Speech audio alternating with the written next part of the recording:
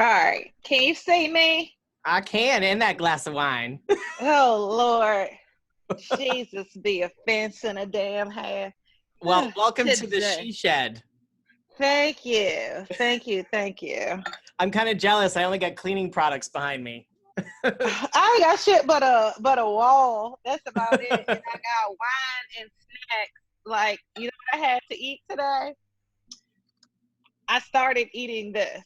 So I ate the cheese and I ate the turkey, and now I got the nuts and the cranberries left.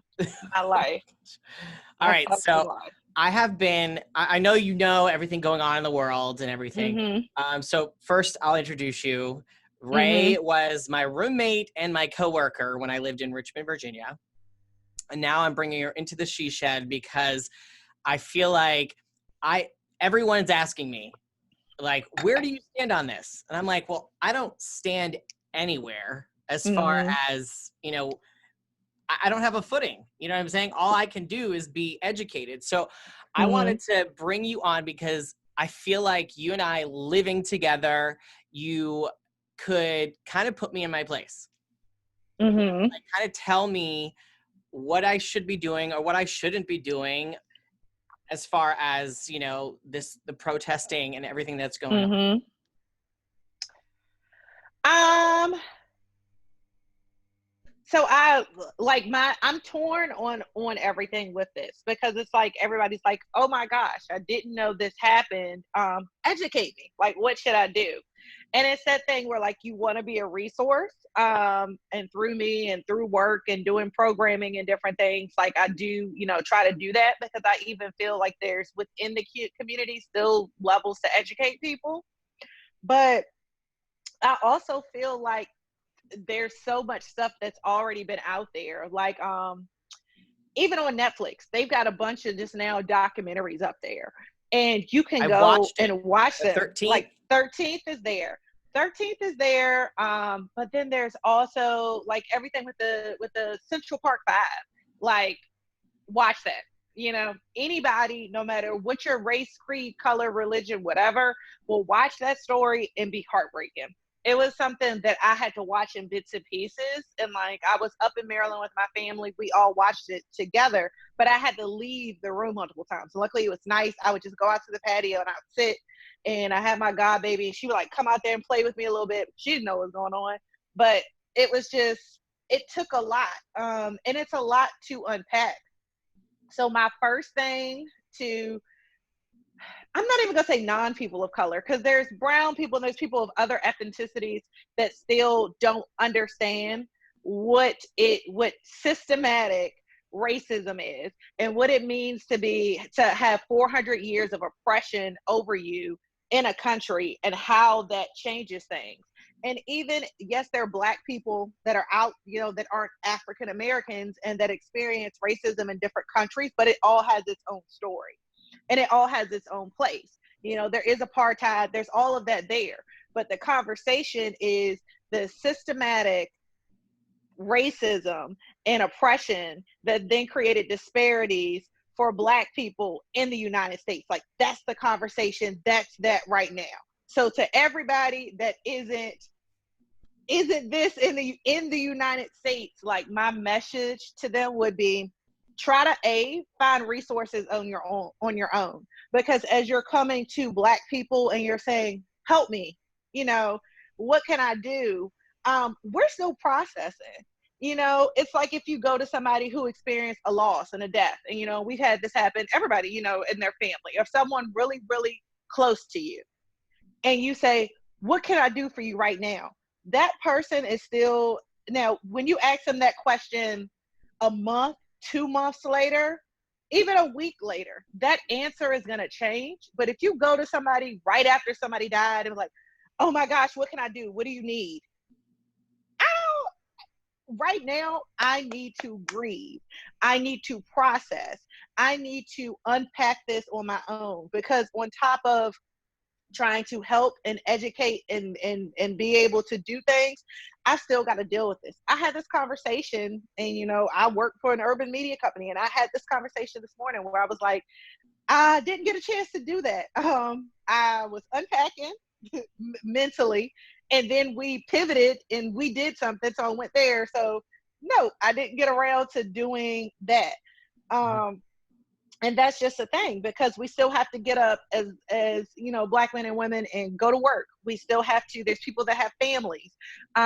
We still have to also deal with our own well-being and understand that we're in the middle of a pandemic. I'm still adjusting to, I've gotten invited to 2 cookouts, and I'm like, are we even supposed to be doing this, y'all? Like, one of them was a Juneteenth cookout, which I told the person, this is the blackest shit. I don't know if I'm not supposed to cuss on this or not, but it's done. Bleep me out. But this is the blackest shit anybody has ever texted me. I said, but I love it. And under normal circumstances, I'd be like, babe, let's go. We celebrate Juneteenth, even under circumstances with everything with George Floyd. But then there's that unnervingness of, well, how can I go out and celebrate? How can I go out and protest, even though they're saying doing it safely? But if this was a concert, would I go to a concert? I don't care if somebody gave me free tickets to Beyonce right now. Like, I would be, okay, let's be real. I'd take the damn tickets and I would go and I would quarantine myself for 2 weeks. But that's still the thing. What if I go out and I get sick and nothing happens to me? Because I'm one of those people that's looking at my symptoms saying, I've been sick. But what if I go out and I protest and I get sick and I'm asymptomatic, and then I go and I'm around somebody, I do go to that cookout or I do go see my family.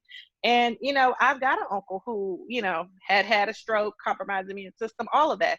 If I got him sick, I wouldn't be able to live with myself.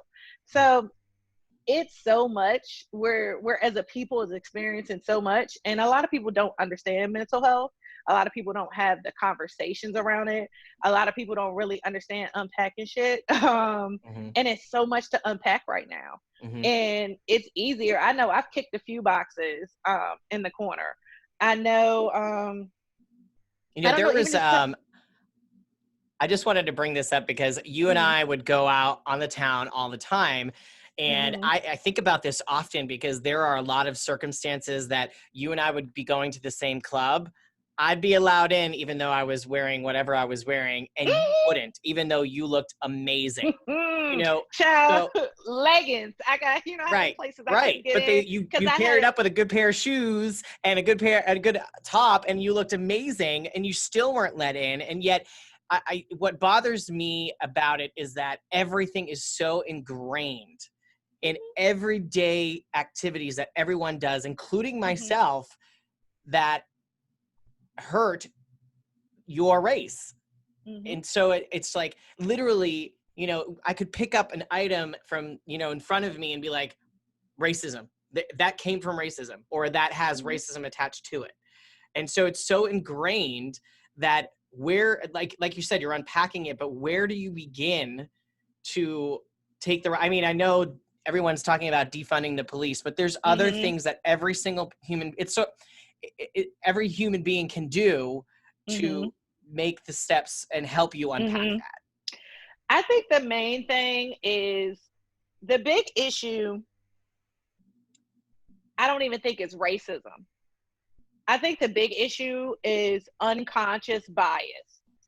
I've been in situations where I've been personally affected and had it be a detriment to my career, to my livelihood, to my feelings as a woman for self-worth, where there's this unconscious bias because of me, because I'm a Black woman. If I have on bright makeup or long fingernails, I'm ghetto, I'm ratchet, and it's those negative connotations there. And again, we've all said it. I've said something is ratchet. Not saying, oh, you can't embrace and use that word, but what context are you using it, and what was your intent behind you saying it? Because a lot of times people will say some stuff, and then you be like, wait a minute, what? And I mean, even things for like, you can touch and play in my hair because you're my roommate, and that's cool, and that's me and you, and we have that vibe. Hmm. And I don't mind you getting in my physical space, but just to be treated as an oddity for other people, a perfect stranger to be out, not even somebody that's been introduced through a friend, not even if you saying, oh, hey, Ray, this is so and so. No, it's just random person thinks it's cool to come and touch my hair. And then when I react, because now another layered thing, Black women that are passionate are labeled as being loud and angry. And it isn't something that just exists outside of, that white people say to us. Black men label us that way. There's that stereotype where, oh, Black women, y'all ain't nothing. Y'all just want to fuss and holler and complain. So it's so many people that are responsible for what's going on. But my thing is, when it comes to it, think about what you're saying and what your intent was, but also think about the position of power you're in and how what you're saying can affect someone. If you want to say some slick shit to me and it doesn't mess with my money, my livelihood, even my peace as a person, then I'm like, whatever. I have no problem with loud, bigoted racists. As long as they're not killing people, be loud. Because guess what? We know who you are. You're not going to be in a position of authority to hire people or to be in charge of somebody's livelihood or to be on, elected official. So please, if you're racist, be loud, yell, cool, great, noted. I know you. They're not, the KKK isn't my issue. The KKK ain't going nowhere. They've been here. They ain't going nowhere. My issue is closeted racists, and those walk a fine line because behind closed doors, they know what it is, and then they paint another picture. But usually with them, they let their skirt tail show enough where you kind of know what it is. Mm-hmm. And most closeted racists aren't just closeted racists. They're really right-wing people, and they aggravate so many people that, like, you don't even know where to start chipping away at them. They violate women's rights. They violate the LGBT community. So they're just a horrible person in general, and they're just so conservative that they don't realize to just leave people the hell alone and let people live their lives. But unconscious bias is my biggest thing. People saying, I'm not right. No, I've got plenty of Black friends. But then you look at them and it could have easily been that lady in Central Park, and it could have been two George Floyds that same damn week if he would not have recorded her. And that man was not aggressive. He was a damn bird watcher. He was the geekiest person ever. He, like, I think wrote for like some type of sci-fi stuff or did something, like, just all around token nerdy guy. So would you call, like, because I want to close out the she shed with this, but would you, so I tell my friends, I'm not racist. I had a Black roommate. I have Black friends. So stop saying that shit. What'd you say? Stop saying that. Don't talk okay, about so other I mean, reasons. so right, I should stop saying that, but I mean, would you categorize me as one because I use that to show that I'm not? Like, I don't know what else I can do to show that I'm not. If somebody says that you are, say why. Ask them why. Mm-hmm. And then have them validate their point. Because my thing is, if you're going to tell me that I am something, validate why. Let's address that issue. I'm not going to bring up other shit that I've done to validate why. You're saying that I am. So let's address that issue. Let's unpack that. Because maybe I said something or I did something and I don't realize how it made you feel. Right. And let's unpack that issue versus saying, well, I donated to Black Lives Matter and I protested and I this and that. I'm not going to give you a list. Like, the content of who I am and what I do is enough. I don't need to go down. This is not a resume on what I do for the Black community. If somebody's calling you out at that moment, ask them why. Why do you feel that way? What did I do to you? And then let them unpack it. Somebody could feel that way because maybe they were watching me and you interact and be like, she just his token Black friend. Look how he treat her. Da da da. And I could be like, no, mind your business. Like, you don't know our relationship. Blah blah blah blah. That's your opinion. You don't know me. And you don't know how Black my ass is. So no, I'm good. Oh, I've seen it. I've seen it. I live with you. I know how Black it is. I can go. I'm TTG at all times. But I also can walk up in a boardroom and handle my business. Long fingernails and a bright lip and all, I will get the job done. So I think that's the biggest thing. Have people address that issue right then and there, as far as whatever their reasoning is.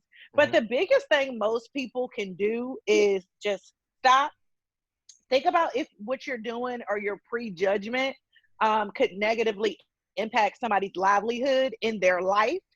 But Mhm. also too, just leave people the hell alone. I saw a post, and everybody knows what Black Twitter is, and it was like, all we really want is for folks to leave us the hell alone. As a black woman, I don't want you to touch my hair. I don't need you to touch my fingernails, and that's black, white, blue, and green.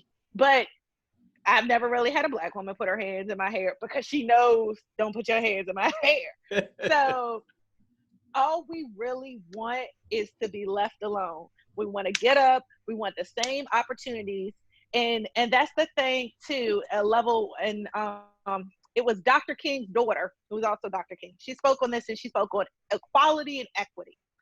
Equality means that we're here, right? That's what you would think about equality. But when you have a group of people that's been oppressed for so long, I'm already down here. I'm not afforded the same opportunities. Every bit of the right wing, white conservative man, straight man, cis man is that's the highest up here. And every level of diversity that you add takes me down. So because I'm black, boom. Because I'm a woman, boom. Then as soon as I say, well, my girlfriend and my partner, boom. Like I'm just getting knocked down level by level. A millennial, boom. That young girl don't know what she's talking about. So literally, we're already here. How can we have equality? How can I be afforded the same opportunity if I'm already just based off of things that have nothing to do about what's in here? It's a stereotype. It's a unconscious or in sometimes conscious bias that you've made about me. I'm already down here. Mhm. So that's why we need equity, and that's why we need that extra push, and there needs to be changes to protect the people down here so that then I could get that boost just to be on that same level. That's all we want. We all want to be treated fairly. If I get stopped by the police, I don't want to have to worry about, am I the next Sandra Bland? What's going to happen to me? Mhm. You know, but that's a fear. That's a fear. Of course. So, and Thank it you. even exists. It exists for you as a gay man, because as soon as you open your mouth, you know, and it's a documentary on Netflix. Like, what does it mean to sound gay? We know what that means. Oh my And even gosh. if somebody isn't, there's still that twinge of he sounds it or whatever. So that's something that exists for you, that if you have that person who also could maybe even be closetly, they're homophobic, or maybe they're gay themselves. Most closet homophobes have some type of tendency that they haven't addressed within themselves, that through their childhood they've repressed. So now you're there and you're like, oh my God, well, officer, what happened? Da, da, da. And now it's a whole situation. So it's an issue of just everybody, no matter what happens, when it comes to applying for a job and walking in for an interview, treat that person the same. Don't make assumptions. If you wouldn't say nothing about the white girl having long nails, don't look at my black ass and feel no type of way either. Just let people be. So that's my thing. Go about, try to educate yourself. There's so many forums right now. There's so much stuff to sign on to.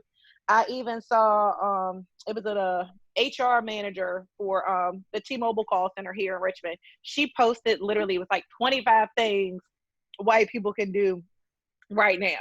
And she put it out there because it's still that thing of, I can't really think to unpack it. I hadn't even thought about Pride Month before then.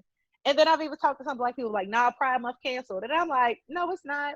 Because when when we get these reforms around being, with everything around the systematic oppression of us, you are still gay. And there's also, even within the black community, we're a stigma. I'm a minority within a minority. So I feel a certain way when I walk into a room full of LGBT people and I'm usually the only black woman. I also feel a certain way when I'm around certain African American people, especially of the religious base, that feel some type of way about me because of my homosexuality. So it's so much, and I feel like if everybody just lead with love, that's really it. Lead with love and Ooh, leave people the hell alone. Gay that's a people want good to be one. left alone. Black people want to be left the hell alone. Live and Women, let live. leave us and our reproductive organs alone. Don't ask me about kids. Like, just And leave everybody alone. If everybody spent more time drinking water and wine and minding their damn business, they would be pissing too much to worry about what somebody else doing. That's my thing. And wear your masks. And please, Lord, wear your mask, especially if you're going out and protesting. You're going to the Juneteenth cookout. You're going to the Pride party. Wherever you're going, please wear your mask. Because Grandma Mima and them, like, they already done went out there. They done been civil rights warriors. They done did everything with Stonewall. You know, like, just let them live in their old age with some freedom, some level of freedom, and be happy. Lord, we just taking out all the damn old folks home. Sad. I'm jealous. Thank you for hitting me up on the She Shed and taking the time. I appreciate it. You're welcome. Send me a link so I can share it. I will. All right.